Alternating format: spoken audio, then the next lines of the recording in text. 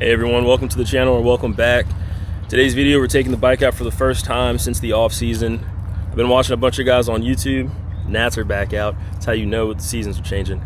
I've been watching a bunch of guys on YouTube who've been able to ride year round. I've never been more jealous. But that being said, this is a new riding season, so it's gonna be new content, new upgrades to the bike. Really looking forward to this year. It's gonna be a busy year in general aside from riding bikes for me, but I'm gonna still try to stay on top of pushing out some videos and some content for y'all. And on the ride, so we're riding out to Dinwiddie. It's gonna be about an hour, and we're going to pick up a truck that I'm gonna be considering posting content on this same channel. I might do a different channel for it, but at the same time, I don't know yet. What do you guys think would be a good idea? That being said, we're gonna go ahead and gear up, and we're gonna head out to Dinwiddie, and we're gonna go ahead and check this truck out. This right here, guys, is my uncle's bike. This was my uncle's bike. This is who I purchased it from. Anniversary edition. I don't know off the top of my head what year that is. I have seen that paint scheme before, so I don't believe it's custom, but he's been riding for a long time. He rode with my dad back when my dad still rode. Oh man, guys, there is no feeling like this feeling, especially after too long of a break of not riding. That being said, there's a lot of motorcycle accidents happening, and I have a theory, and that is that people hop on these things after not riding for months, and you still have the level of confidence you had when you entered the riding season, and you come back and you apply that to maybe being a little rusty on your skills, and then I think that's a great recipe for disaster a lot of the time. And I think that goes for anything. If you're not practicing the skill consistently, accidents can happen, mistakes can happen, and that's across all kinds of fields, all kinds of hobbies, all that great stuff, right? So that being said, as you guys start pulling these bikes out, keep that in mind. Just be careful.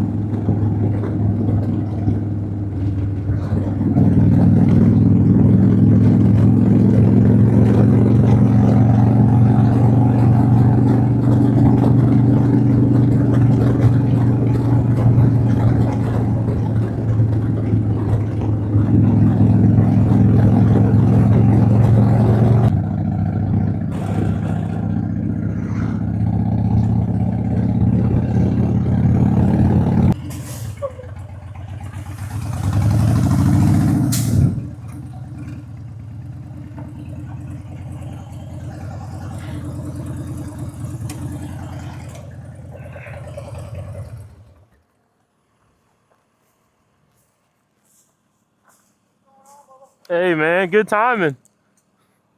I've been here for about 20 minutes. No shit? Yeah. Why didn't you call me? Damn man, my bad. Hey, you enjoying the ride. I ain't mad at you. I was trying to fucking get here, believe it or not. Traffic fucking 95 sucks. was a bitch, wasn't it? My God, and the wind. You see the dump truck? No. Right there at Route 10? No, I hopped on late. Fucking coming up Route 10, he was coming northbound. He had a fucking van pinned up against the Jersey wall and got one spun around in front of him sideways.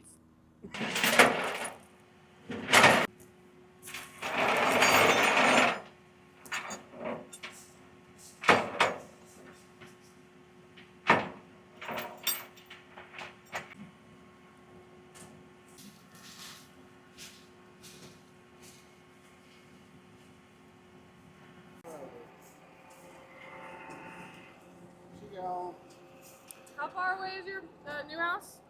You're in your About 45 minutes. Okay. Yeah, we're going straight there. Yeah. Okay. Good? You going straight to my folks? No, man, I'm taking a joyride. Yeah, go for it. I'm gonna follow you behind you. That's fine. I got a full Mobbing. tank. You gonna outrun me? And I got 2 tanks. You gonna outrun me for sure, dude. Don't worry. We'll throw this on the wheel and put your bike on the bed. All right. No way, I got you. There you go. I'll see you. If I can't ride, you can't ride. Thank you. I'll take you. You too, man. Oh, yeah. New life. Fuck yeah. I got the fuel lines at the house already, so. Dude, I'm excited to see what you do with it. I'm gonna learn how to weld on this truck. I'm gonna learn how to paint on this truck. I'm gonna learn how to do all this shit. I'm gonna just do it. Yeah. It ain't gonna hurt nothing, so. No But I do shit. want to get some footage of it on the highway on the bed, so I gotta get the fuck out of here. Thank you guys. Hell yeah, bro. You can make a video out of it? Yeah, I am. Hell yeah. Y'all be good.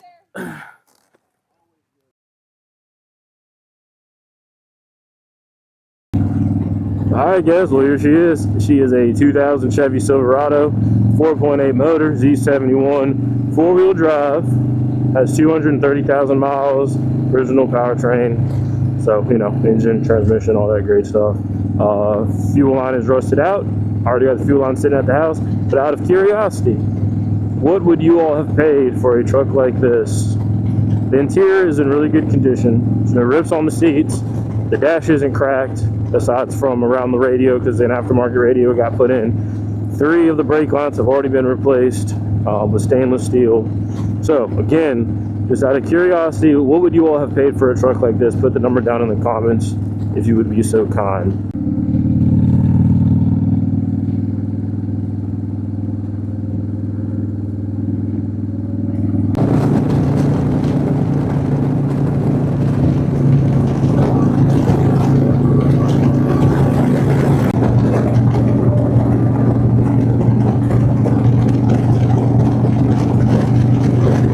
A couple days later, and we got the truck back to the house, back to the property.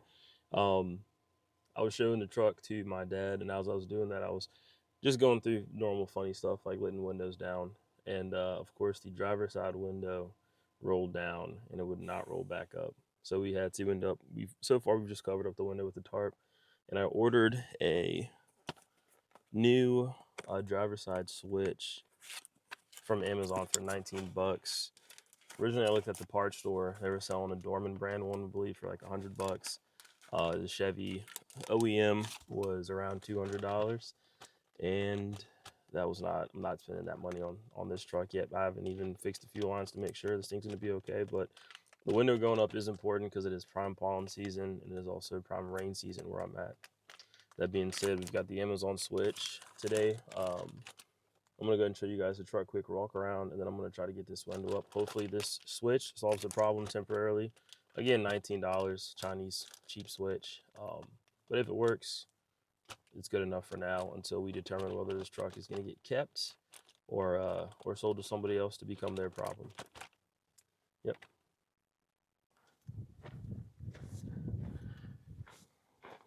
Quick run around on the truck. It's a 2000 Chevy Silverado. It's 1500. It has the 4.8, 230, 240,000 miles, original motor, original transmission. The guy stated before he parked it, it was shifting hard from 1 to 2. Good old Chevy clear coats failing as usual. GMC tires, GMC wheels, GMC caps, I mean. That adds value to it right away, so it's a win. Let's see here. Well, the doors do lock and unlock, which is nice.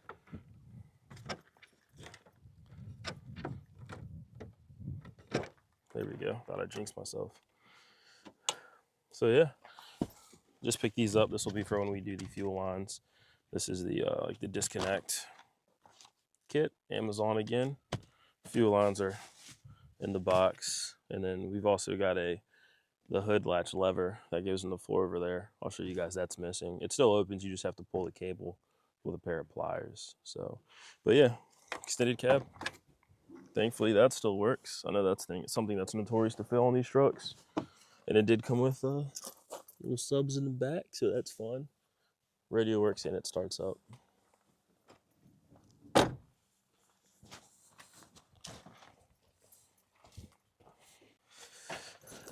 This side is not as bad as the other with rust on the rocker panels. They've got covers for these things. However, if we end up keeping this truck, I'm going to learn how to weld. And you can buy pieces for this that you can just go ahead and weld on up once you cut the rust out. But it's not the rustiest truck I've seen. got a little bit here.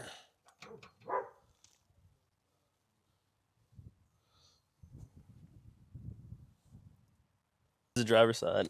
If you cut the car on, you can see that that window still works. This switch, however, will not roll up, but it will drop more. At least it was. So I don't know what that means. Hopefully that means it's still the switch, but we'll find out. When you do this, you'll need like a plastic tool that you use to take off body trim for the plastic, except this one is already off. It just came right off, so that's nice. You have to take off these two plugs, remove these. You can remove that one too. I'm just gonna remove all three so I can have this out. Right out. And here's the old switch. It looks OEM, but I don't know.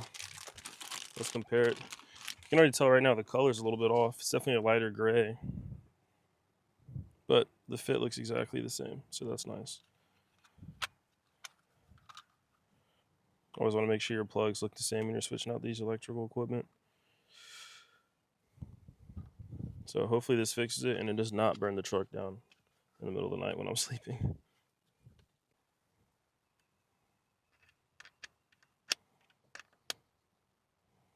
Now these don't need to be torqued down or super tight at all. It's all just going into plastic. You do that, you're gonna snap right through the housing that it sits in. And now that it's screwed in, it actually looks pretty flush. So fingers crossed, we're gonna go ahead and install this back in. We'll start with the plug for the mirrors. Good click, didn't break any of the tabs. That's a miracle.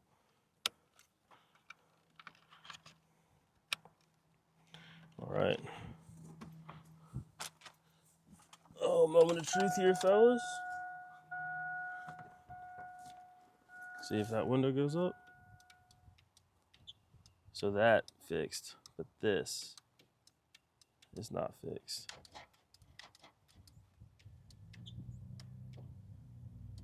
Bad sign, not good. Not a good start to fixing this fucking truck. Damn it.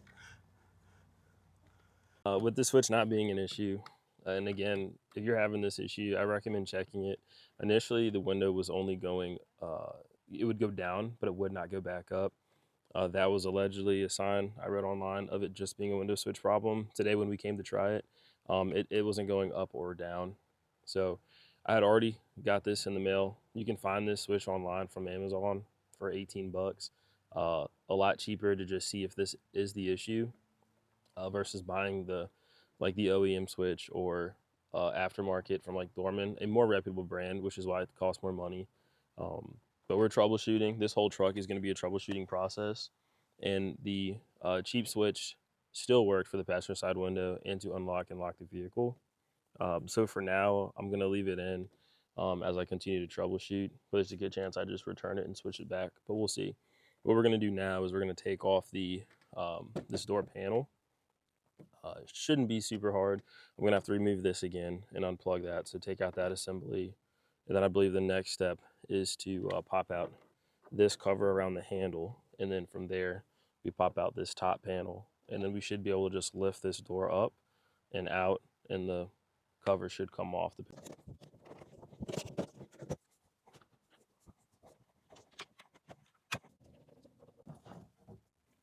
Just like that.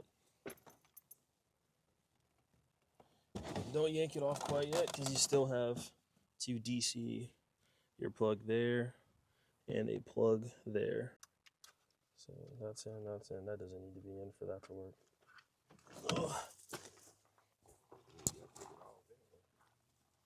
What the motor about $5,000? I haven't looked it up yet. Like somebody was fucking with it. Yeah, so I just looked at some more videos and they have the same kind of shit here. So as of now, we took the door panel off. We went ahead and held the switch, tried to knock this around a little bit, see if we could get it to kick on, to at least shut the window for now. That didn't work either. Inevitably, we're going to take this off to switch out the motor if that's what it was. That's what I believe the problem is as of now. So that being said, I'm going to leave this panel off. I'm gonna take that L for the day. We're going to move forward. We're going to just try to install this lever I got on Amazon for dirt cheap, just like the other one. And if we can get that on today successfully, it's going to be a win. But we're going to have to hold the L for that until we get a motor in and see if that's the issue. So moving forward, I'm pretty sure this panel was already missing. Don't know if that needed to come out for this anyways. I don't think it did. But this should pop out on its fairly easy without any tools. I think we're going to just have to have that up while we wiggle this out. I did already pull this out enough to unclip the metal piece that you can see in the back there.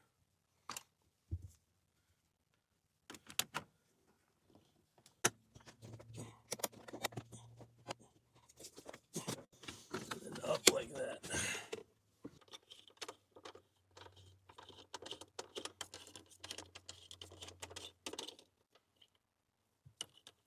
Yes, sir, there it is. All right.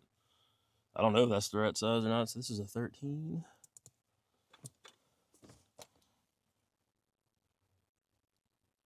Good enough, guys, good enough. So they should pull right off. There you go. You can see where it failed at, which I'm not surprised, man, because having to pull it out with the pliers was fairly aggressive.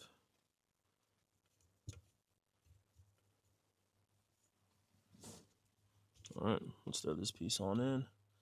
So that should sit right back there.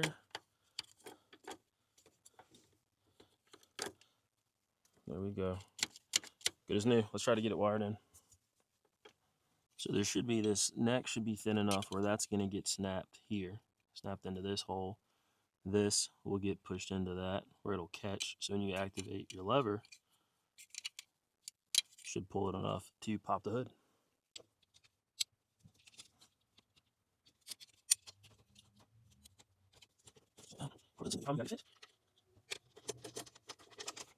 So far, so good, gentlemen. Just a little ugga tugga.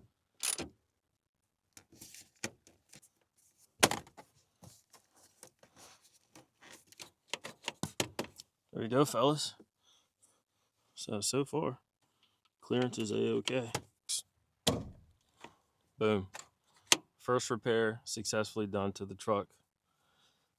Leaving with something today. We can do this.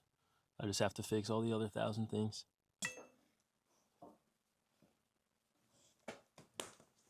All right, guys, so same hoodie, different day.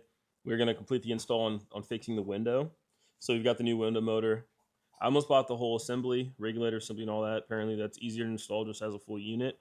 However, I'm sticking by the rule that I set out when I bought this truck, which is I'm trying to fix it for as cheap as possible for right now until we determine the more serious issues, and then we'll go from there. It's an easy enough thing to replace in the future if it goes bad. And you can't beat Amazon for 26 bucks. This is what we're going to be installing. So hopefully that goes well. Once we get that complete, our next move is just going to be rolling it forward. We're going to power wash it off. It's got a bunch of stuff coated on it from it sitting for so long. Always easier to see the real true condition of a truck after you get done washing it. All right, so long story short, the cable for the window cable that allows it to go up and down was frayed extremely bad. Looked like a matter of time before it failed. So I went ahead and bit the bullet. I pulled the entire assembly out. O'Reilly's had one in stock. It was more expensive than I've had done on Amazon, but I really want to just get this done today so we can start moving forward with other stuff. That being said, man, we are going to go ahead and throw this assembly in and get this window finally working. Right now I've got it taped up. I just really want to get this door done. So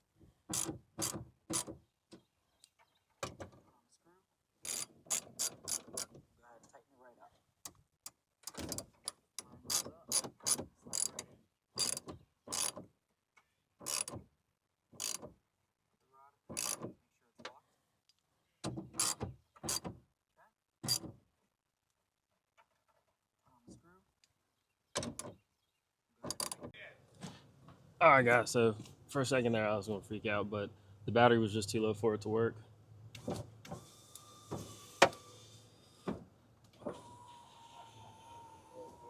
But here we go. All right, so we got the panel back on. Pretty much when you do that, you just pick the door up, you set it down on a groove that sits here, okay? And then you have to put your screw in back in this area, and also down here. I added this little plastic like grommet washer thing I found in the garage, because the part of the door that this is usually pinched up against with this metal screw is kind of wore out. So this will help it from loosening up, a little more bite on the door.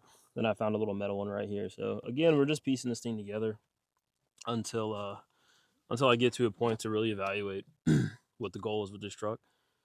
So we're going to reinstall the switch panel now. We've already checked to see if the window works with that straight. We're going to have to put in our locking little slide piece right there, and then pop in our little door handle cover as well. And then we should be good to go, and we're going to wash this thing.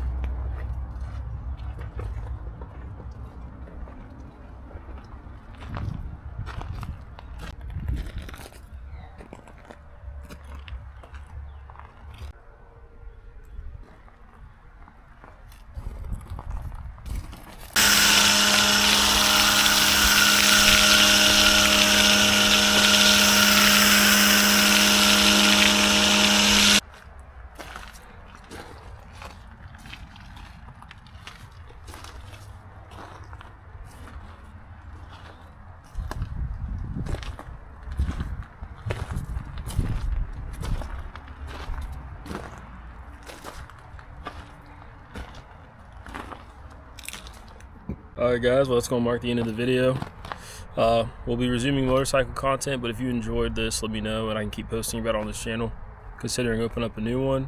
But as of now, for the 1500, new window motor, got the hood latch lever installed. Hopefully it doesn't break like the last one. And the next big thing is going to be fuel lines, possibly brake lines. But the big thing is fuel lines. See if we can figure out this misfire that's in bank 7. And then we'll keep rolling from there.